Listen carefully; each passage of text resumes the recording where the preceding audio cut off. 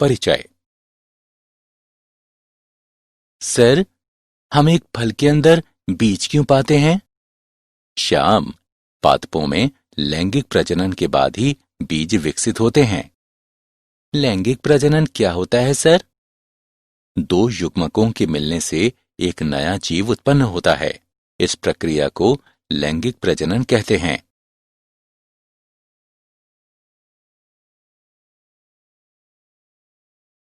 Sir, पादप का कौन सा भाग लैंगिक प्रजनन में हिस्सा लेता है? बेटा, पुष्प पादपों के लैंगिक अंग होते हैं, इसलिए ये लैंगिक प्रजनन में हिस्सा लेते हैं। ये सुंदर पुष्प फल और बीज के रूप में कैसे प्रजनन करते हैं? ठीक है, आओ हम पुष्पीय पादपों में लैंगिक प्रजनन के बारे में विस्तार से जानते हैं।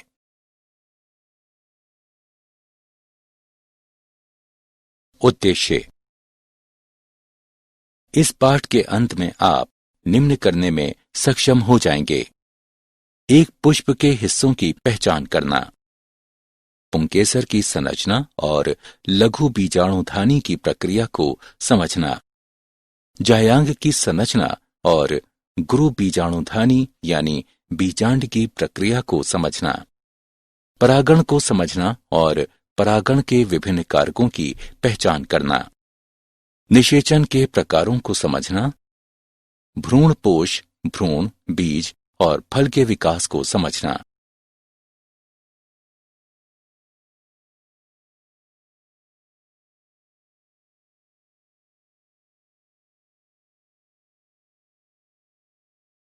पुष्प के हिस्से। पुष्प अंगों की तीन प्रमुख श्रेणियां हैं। प्रजनन अंग मादा, प्रजनन अंग नर और गैर प्रजनन अंग। प्रजनन अंग मादा, अंडप या स्त्री केसर, वर्तिकाग्र, वर्तिका, अंडाशय, बीजांड। प्रजनन अंग नर, पुंकेसर, परागकोश, डंठल तंतु यानी फिलामेंट, पराग। गैर प्रजनन अंग पंखुड़ी यानी दलपुंज, रस यानी वाहिदल, टेपल्स।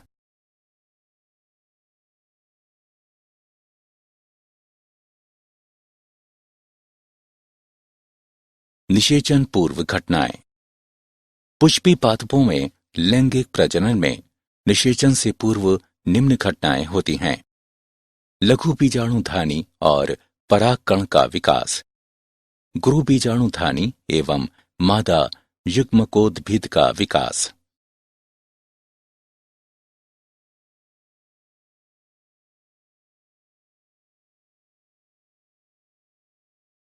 पुंकेसर और परागकोश की संरचना। पुंकेसर की संरचना। पुंकेसर में लंबा एवं पतला डंठल तंतु यानी फिलामेंट तथा द्विपालिक संरचना परागकोश होती है। परागकोश की संरचना। द्विपालित परागकोश, दो कोष्ठ होते हैं। परागकोश में 4 विवर या लघु बीजाणुधानी होते हैं, जो परागपुटी यानी पोलन सेक्स के रूप में विकसित होते हैं।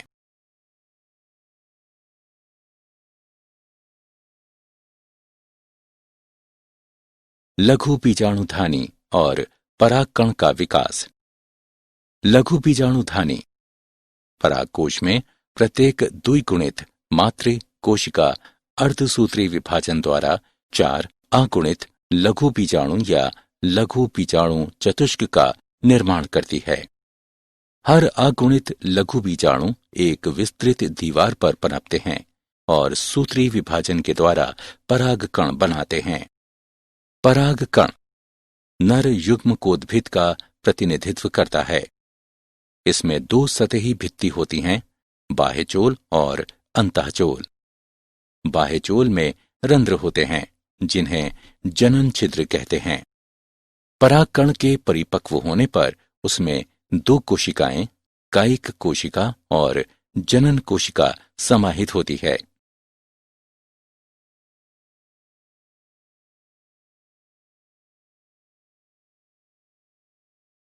जायांग और बीजांड की संरचना।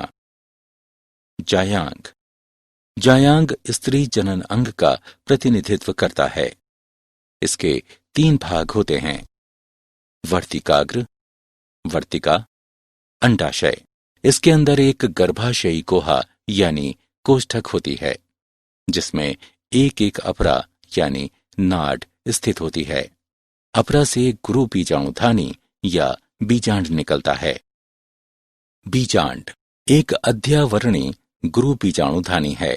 इसमें बीजांड काय होता है, जो 1 या 2 अध्यावरण या संरक्षक आवरण से घिरा होता है।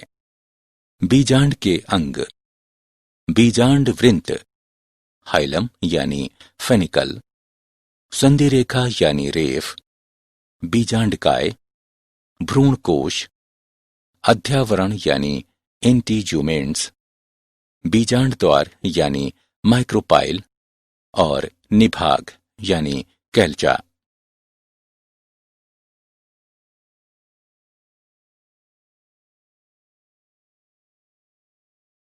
गुरु बीजाणु जनन और मादा युग्मकोद्भिद का विकास। गुरु बीजाणु जनन की प्रक्रिया विकसित होते बीजांड के बीजांडकाय के अंदर घटित होती है। एक प्रसूतक कोशिका बीजांडकाय में बीजांड द्वारी शीर्ष पर विभाजित होती है। एक प्रसूतकीय कोशिका बाह्य भित्तीय कोशिका और आंतरिक बीजाणुजन कोशिका में विभाजित होती है। स्पोरारॉग्नोस कोशिका गुरु बीजाणु मातृ कोशिका की तरह व्यवहार करती है। गुरु बीजाणु मातृ कोशिका के अर्धसूत्री विभाजन से 4 गुरु बीजाणुओं का उत्पाद होता है, जिनमें से एक कार्यशील होता है और अन्य 3 अपविकसित यानी अपभ्रष्ट हो जाते हैं। कार्यशील गुरु बीजाणु समसूत्री विभाजन से स्त्री यानी मादा युग्मकोद्भिद यानी भ्रूणकोश के रूप में विकसित होता है। मादा युग्मकोद्भिद में 8 केंद्रीय न्यूक्लिएट यानी भ्रूणकोश की रचना करते हैं। भ्रूणकोश की 3 कोशिकाएं, 2 सहायक कोशिकाएं और बीजांड द्वारी शीर्ष स्थित एक अंड कोशिका अंड उपकरण का निर्माण करती है। 3 प्रतिव्यासांत एंटीपोडाल कोशिकाएं निभागीय छोर पर होती हैं। केंद्रीय कोशिका में 2 ध्रुवीय न्यूक्लियाई होती हैं।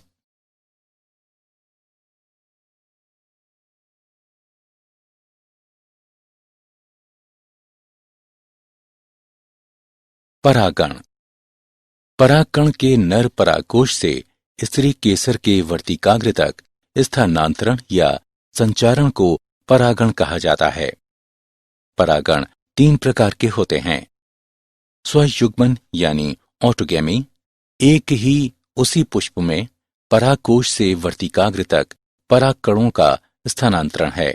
स्वपरागित पुष्पों में परागकोश एवं वर्तिकाग्र एक दूसरे के पास अवस्थित होते हैं और स्वपरागण या ऑटोगैमी को सुलभ कराते हैं।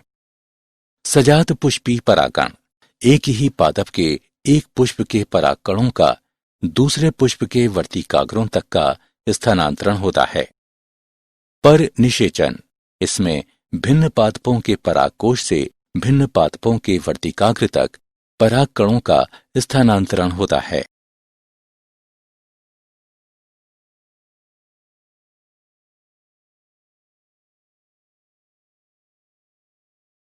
परागण के अभिकर्मक या कारक। परागण अभिकर्मक ऐसा कारक होता है जो एक ही प्रजाति के पादप के पुष्प में पराग को नर से मादा के प्रजनन अंग तक स्थानांतरित करता है। परागण के अभिकर्मक में शामिल हैं वायु, जल, कीड़े यानी कीट, तितली, मक्खी, मधुमक्खी और भृंग आदि, चमगादड़, पक्षी और अन्य पशु। निम्न चित्र परागण में सहायता के लिए गुंजन पक्षी की लंबी पतली चोंच और पतली पुष्पीय नलिकाओं का सहविकास को दर्शाता है।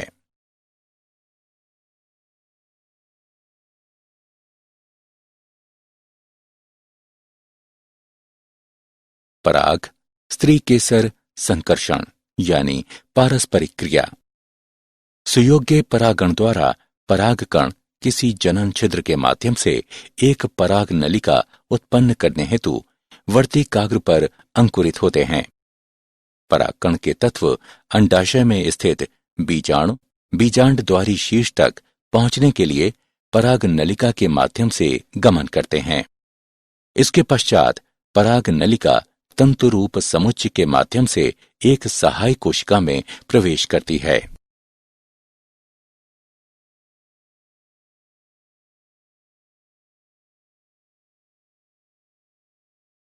दोहरा निषेचन यानी द्विनिषेचन।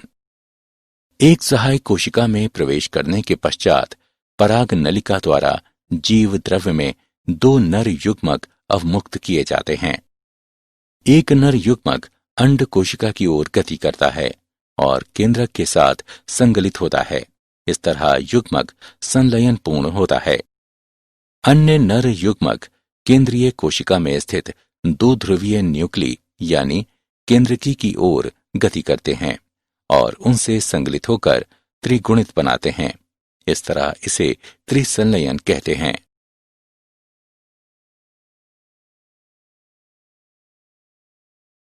निषेचन पश्च घटनाएं। निषेचन पश्च घटनाओं में शामिल है भ्रूण पोष का विकास, भ्रूण का विकास, बीजांड बीज के रूप में और अंडाशय फल के रूप में विकसित होना। भ्रूणपोष कोशिका बार बार विभाजित होती है तथा एक त्रिगुणित भ्रूणपोष ऊतक की रचना करती है। इन ऊतकों की कोशिकाएं संरक्षित खाद्य सामग्री से पूरित होती हैं और विकासशील भ्रूण की पोषकता के लिए उपयोग की जाती हैं।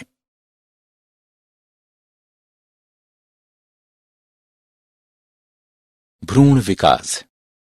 गोलाकार, हृदयाकार तथा परिपक्व भ्रूण के निर्माण के लिए युग्मनज प्राक भ्रूण का समसूत्री विभाजन होता है। भ्रूण की संरचना।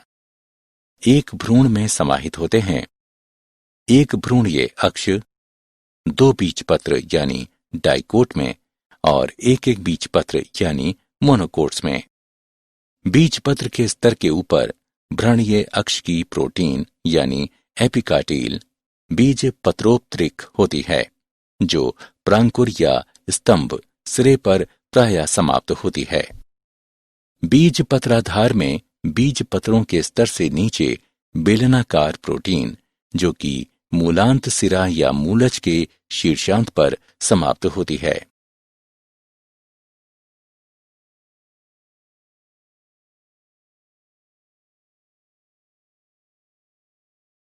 बीज और फल का विकास।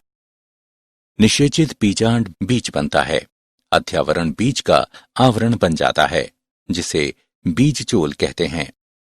परिपक्व बीज दो प्रकार के हो सकते हैं, एल्बुमिनियस और गैर एल्बुमिनियस। फल एक परिपक्व अंडाशय होता है जिसके अंदर बीज होते हैं। अंडाशय की दीवार फल की दीवार यानी छिलके के रूप में पतल जाती है जिसे फल भित्ति कहते हैं। मांसल फल के फल भित्ति में शामिल है अंता फल भित्ति यानी बीज के चारों ओर, मध्य फल भित्ति यानी मांसल भाग, बाह्य फल भित्ति यानी त्वचा। क्या आप जानते हैं परागकणों को शर्करिक विलयन, विलयन की सांद्रता 2% से 20% के बीच में डालकर पराग नलिका के उत्पादन को कृत्रिम तरीके से उत्प्रेरित किया जा सकता है।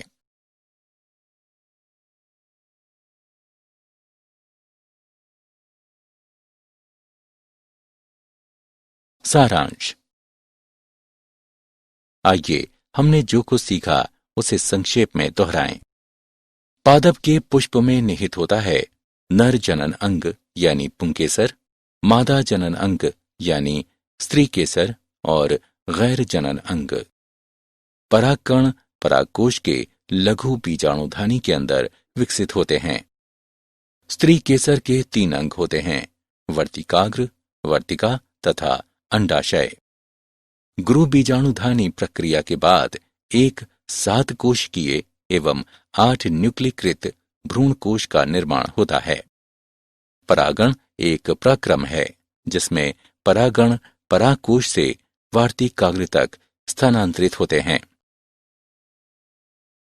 आवृत्तिबीजी दोहरा निषेचन प्रदर्शित करते हैं क्योंकि प्रत्येक भ्रूण कोश में 2 संलयन, युग्मक संलयन तथा त्रिसंलयन होते हैं। युग्मनज भ्रूण तथा प्राथमिक भ्रूणपोष कोशिका भ्रूणपोष ऊतक गठित करती है। निषेचन के पश्चात अंडाशय फल के रूप में तथा बीजांड बीज के रूप में विकसित होता है।